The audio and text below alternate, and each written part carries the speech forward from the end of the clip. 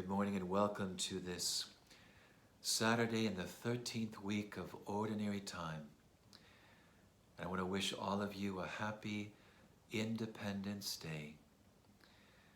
On this day, as you know, we celebrate the moment when many of those who first came to America, where they became free of a king, of a government that they felt oppressive, one that did not respect the freedom and the dignity of every human person. And so we celebrate today the independence from that oppressive government and king. But on this day, as we celebrate the gift of freedom, I'm always inclined to put forth the question, what is freedom? What is freedom for? And are we truly free? We can live in a land that we call the land of the free.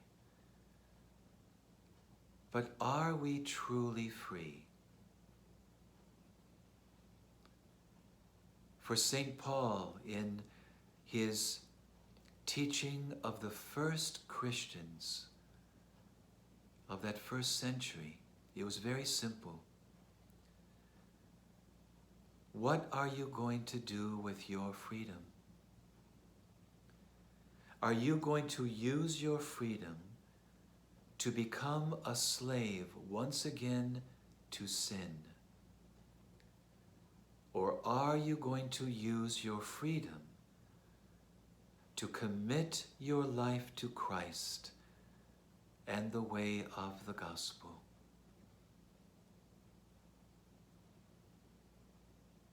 This is the only guarantee that human beings will truly be free and remain free. And this is why this question is so important, and why we need our Creator to shine the light of truth upon our freedom, so that we know why we were made free and what our freedom is for.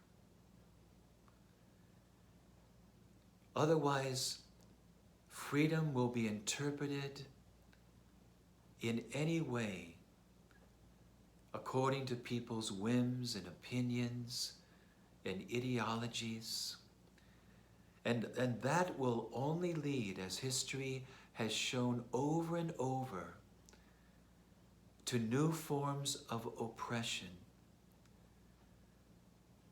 and the disrespect of human persons and their dignity. It'll lead to new forms of slavery and enslavement and new attacks on the dignity of human life.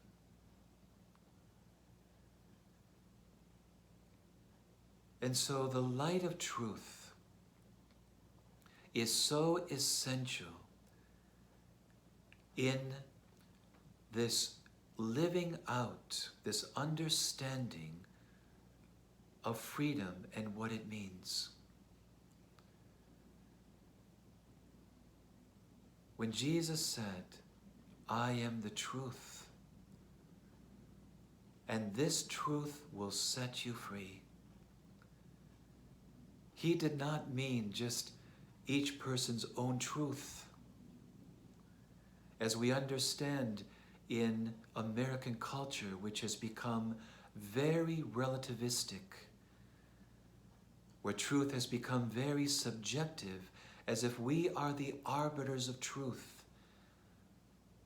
that we create our own truth, that we determine what truth is. And this is why freedom is so much in danger, and why we run the risk of losing it altogether and returning back to slavery, to sin. But truth is rather something that is given to us as a gift,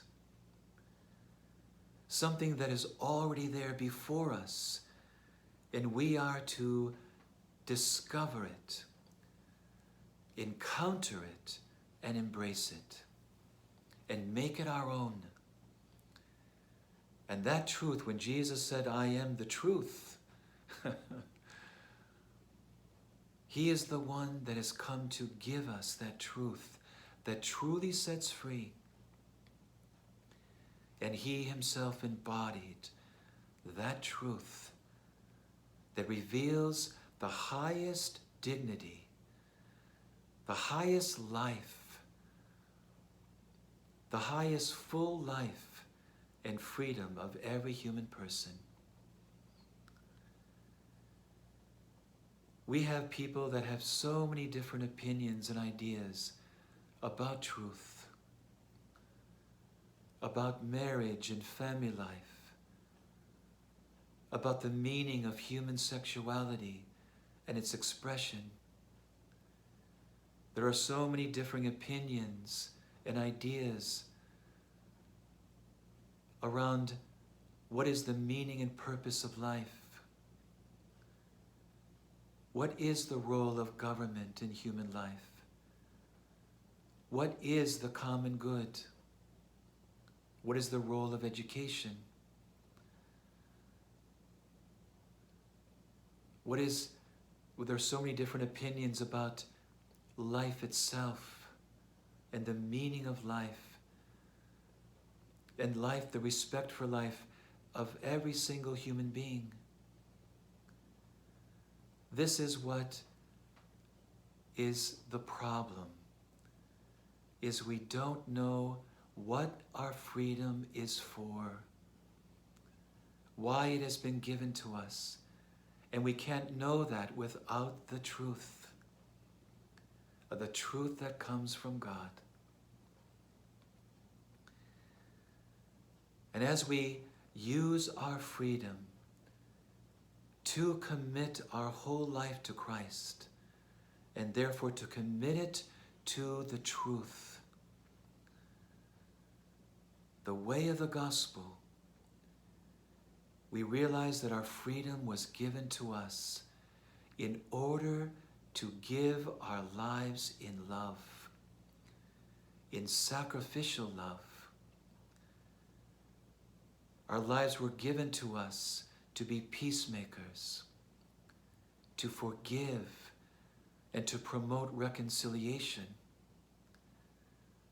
Our lives were given to be placed at the service of life and the dignity of every single human life. Our life was given to us in order to be good stewards of this earth and to use the things of this world in a way that respects this gift that God has given to us, and to use it at the service of the good of all humanity. But our freedom is given to us primarily to follow Christ, to follow the one who is the truth, and therefore to follow the one who can not only lead us into freedom, but keep us free. And so, my dear friends, I do wish you a very happy 4th of July. But let us know what we are celebrating. And let us know that this gift of freedom that we celebrate is a gift from God. And therefore, God is the one who needs to show us how to use that freedom and what it's for. So God bless your day, and I'll see you on Tuesday.